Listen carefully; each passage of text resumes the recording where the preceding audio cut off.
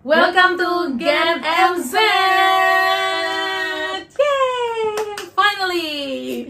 Akhirnya. Yep. Video pertama kita bener-bener mengudara. Kayak radio. Kayak banget.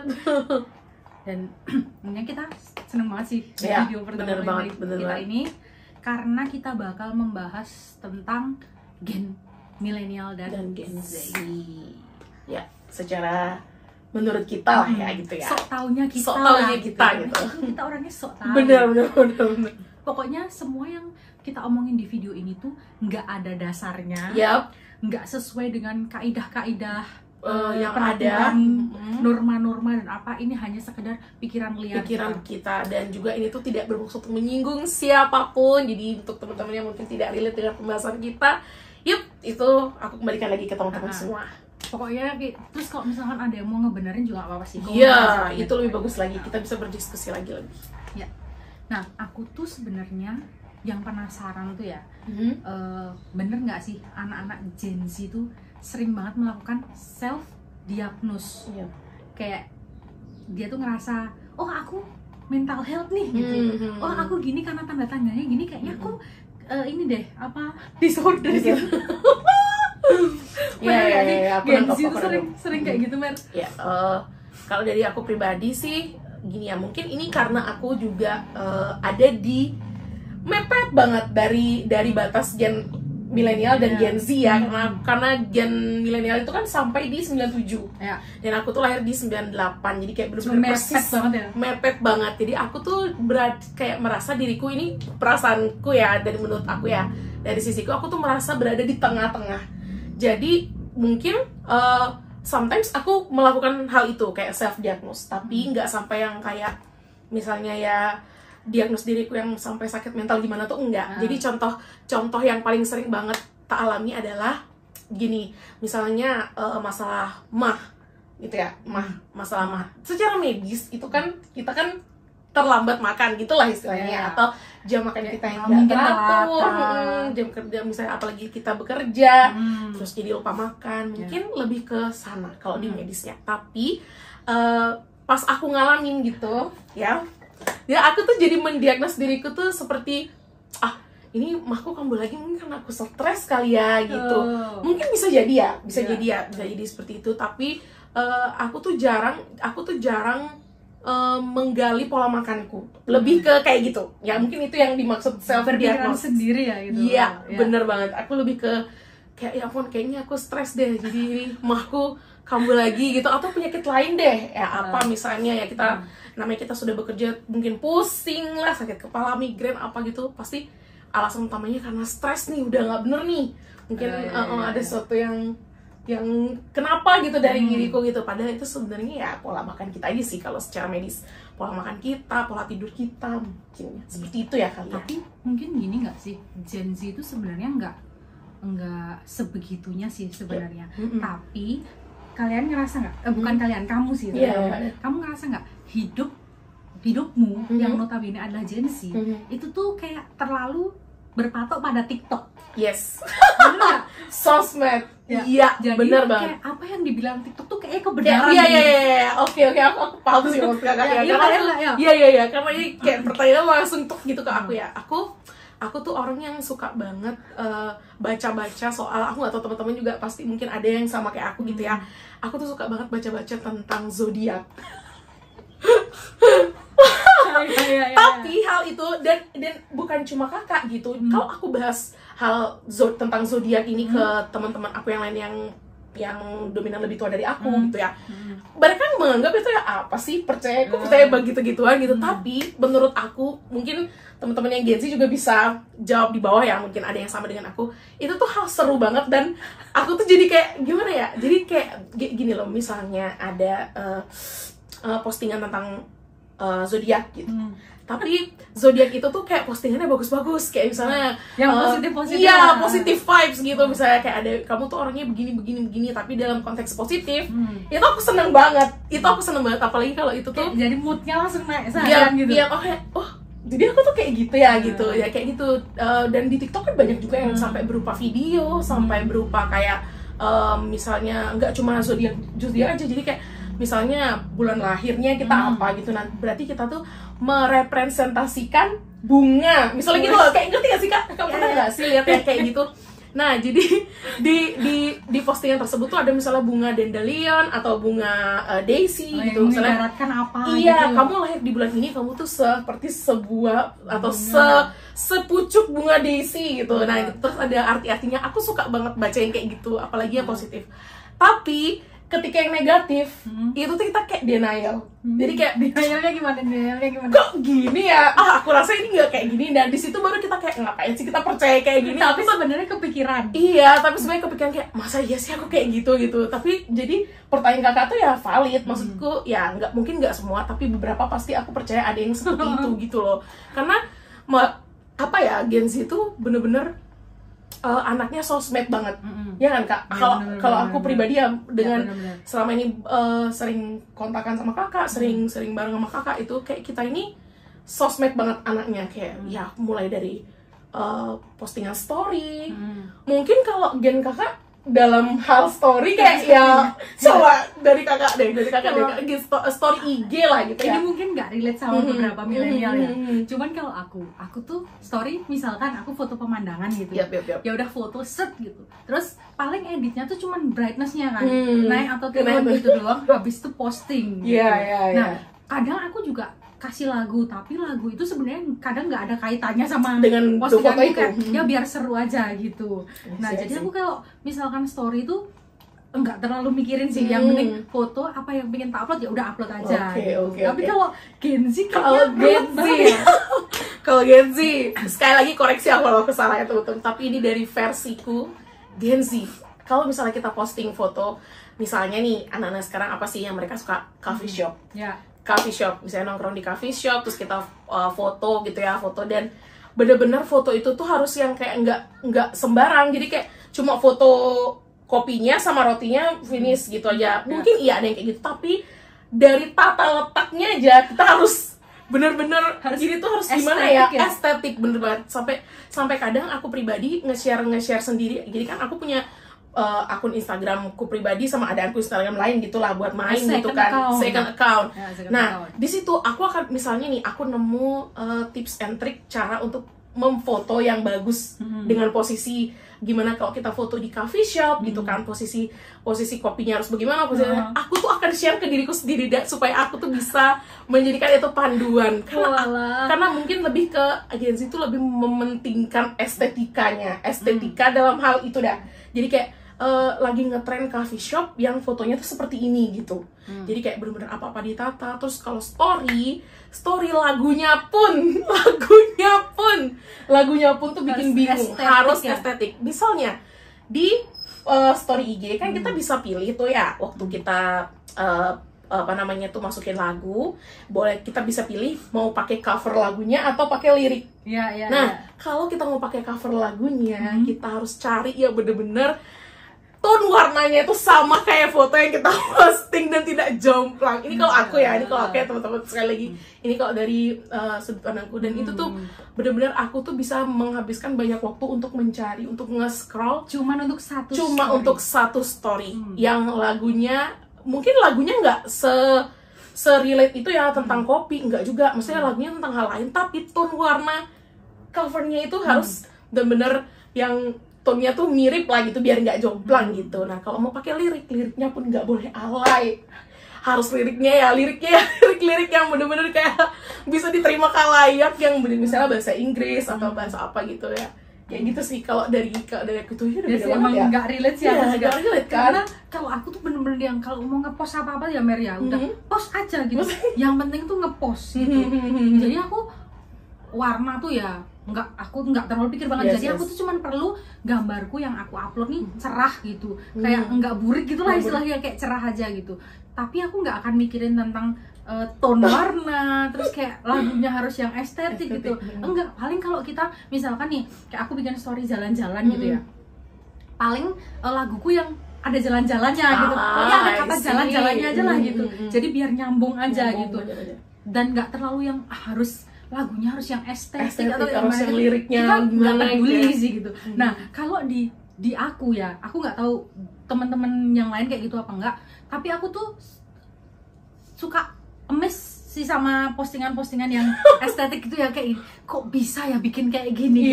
Tapi seberapapun aku berusaha tuh kayak nggak mungkin sebagus itu gitu. Oke. Satu story itu sangat ruwet ya. Sangat ruwet.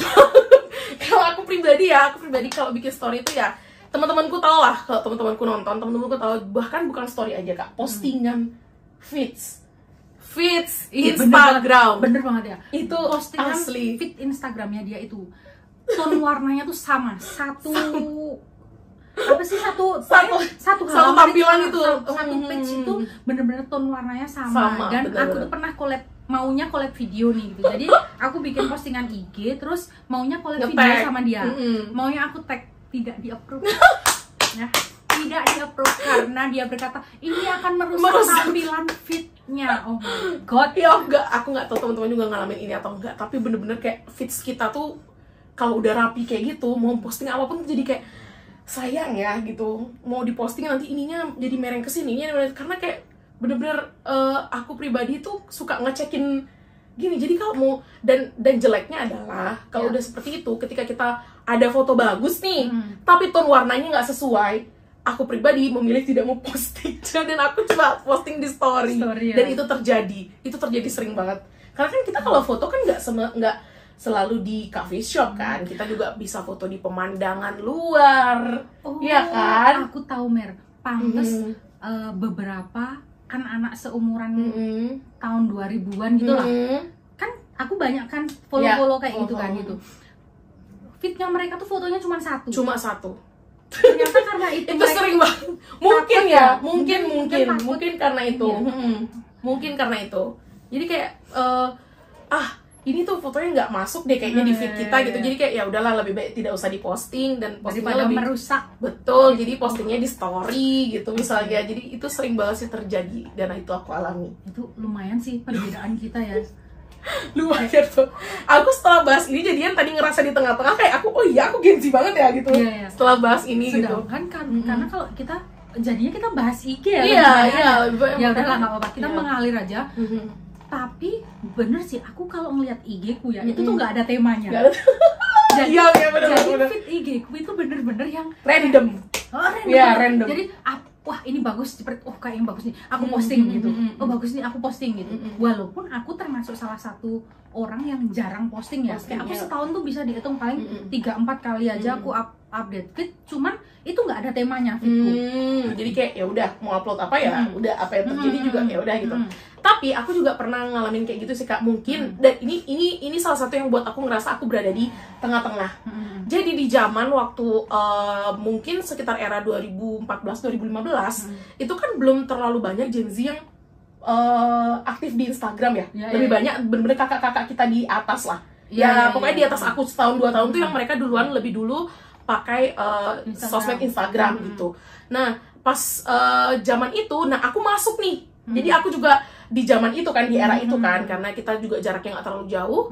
Jadi aku juga punya Instagram. Awal-awal aku punya Instagram itu 2015. Dan aku tuh bener-bener ngikutin alur kakak-kakak ini gitu. Jadi kalau mereka ngepostnya random, aku juga akan posting random. Tapi nggak tahu kenapa semakin kesini gitu ya, semakin mungkin bertema. Iya, jadi mungkin yang sebelum-sebelumnya yang kakak-kakak yang lebih di atas kita, jauh di atas kita tuh postingannya ya di atasku ya teman-teman. Postingannya ya udah sih dari tahun lama banget, pokoknya nggak bakal di arsip atau di apa gitu, itu masih sering aku temuin sih. Sementara aku yang ikut arus ya istilahnya, ikut arus yang ke arah-arah gen yang Z sekarang ini gitu, semua diarsip. Semuanya, sebagian besar semuanya foto lama tuh sudah aku arsip. Jadi bener-bener kayak foto tuh di tahun 2000 sekian lah. Ya dimana udah bisa foto yang proper gitu, kayak gitu. Nah kalau aku sebenarnya belajar arsip kan IG itu juga dari Gen Z. Karena aku sering bergaul sama yang seumuran Mary, terus di bawahnya lagi gitu. Jadi aku merasa gini, karena aku awalnya tuh nggak pernah tahu gitu. Maksudnya kayak kenapa sih anak-anak zaman sekarang tuh feed Instagramnya tuh cuma satu foto, dua foto gitu kan. Terus aku pikir mungkin memang mereka nggak suka upload feed ya gitu, sukanya mungkin cuma story aja gitu. Jadi gara-gara itu aku mulai kayaknya posanku ini terlalu banyak deh gitu. Jadi aku beberapa arsip foto yang menurutku kayak ini kayak udah nggak mengikuti zaman deh gitu. Tapi aku kayak foto-foto yang lama masih tetap ada. Masih Jadi tetap kayak ada. postingan IG ku tuh masih lumayan banyak sih, kayak hampir 100-an kayaknya. Karena sejak dari zaman dulu banget kan gitu. Ya itu sih yang aku kadang amazed sama kakak-kakak di atas kita, karena aku pribadi dan aku berani bilang ini aku sama dengan teman-temanku, karena teman-temanku kan sering aku ajak ya berdiskusi tentang sosmed gitu lah ya, kalau mau posting foto gitu. Dan aku dan teman-temanku ini juga ngalamin hal itu. Jadi gini, misalnya di zaman itu kan apa sih yang lagi trending, kamera C360. Oh iya, B612. Oh iya kan, B612. Nah, foto-foto itu tuh Snapchat apalah itu yang zaman-zaman dulu ya gitu ya. Dan itu tuh kan sering kita tuh foto yang kayak, ya ampun ini lucu banget, kelihatan lucu banget, terus kita posting. Nah, ketika sekarang kita lihat lagi, memalukan dan kayak sebenarnya Kak ya, menurut aku tuh sempet nanya sama ada kakak aku yang lebih tua 10 tahun di atasku. Aku pernah ini tuh foto ini tuh masih layak gak sih aku pajang di Instagramku gitu ya. Dan itu tuh dalam kayaknya itu waktu itu masih zaman C360 deh atau B612 lah. Nah, aku tuh ini tuh masih layak gak sih di Instagram aku nih, masih nangkring gitu ya. Nah, aku tuh bilang kayak gak apa-apa, fine aja gitu loh, ngerti gak sih teman-teman.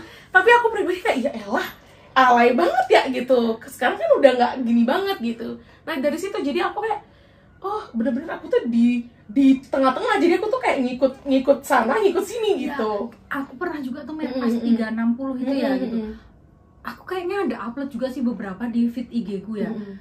Cuman kalau kita lihat sekarang ya, kayak dulu tuh kita tone warnanya tuh kayak alay banget teman-teman. Kakak ingat nggak sih ada tone yang kayak warna latarnya tuh hijau, terus bibir kita tuh orange. Oh iya, ya kan? Itu tuh sering banget ngaku kalian pasti pernah deh yang pakai filter itu di Facebook. Di Facebook sering banget zaman dulu. Terus zaman itu terus apalagi ya? Postingan-postingan yang kayak postingan kata-kata. Terus ada bonekanya yang terbuat dari kertas, apa sih Kak namanya? Boneka Danbo ya, berarti itu sekitar 2010 sampai 2012. Oh, Danbo itu aku 2010 ya, 2011 ya, benar sampai 2012 tuh udah mulai menurun lagi ya. Itu zaman-zaman Berry. Bahkan Danbo itu aku sempet gak relate, Mer. Masih kayak ngapain kamu foto boneka kerdus terus captionnya sedih. Kayak galau, gambarnya lagi kena hujan, terus kayak ganti, dan itu jadi foto profil. Jadi saat itu tuh itu jadi foto profil dan jadi sampul. Dulu kan IG langsung ada fitur sampul, covernya itu loh. Nah, itu jadi kayak gitu dulu, dan itu tuh bener-bener booming banget pada saat itu.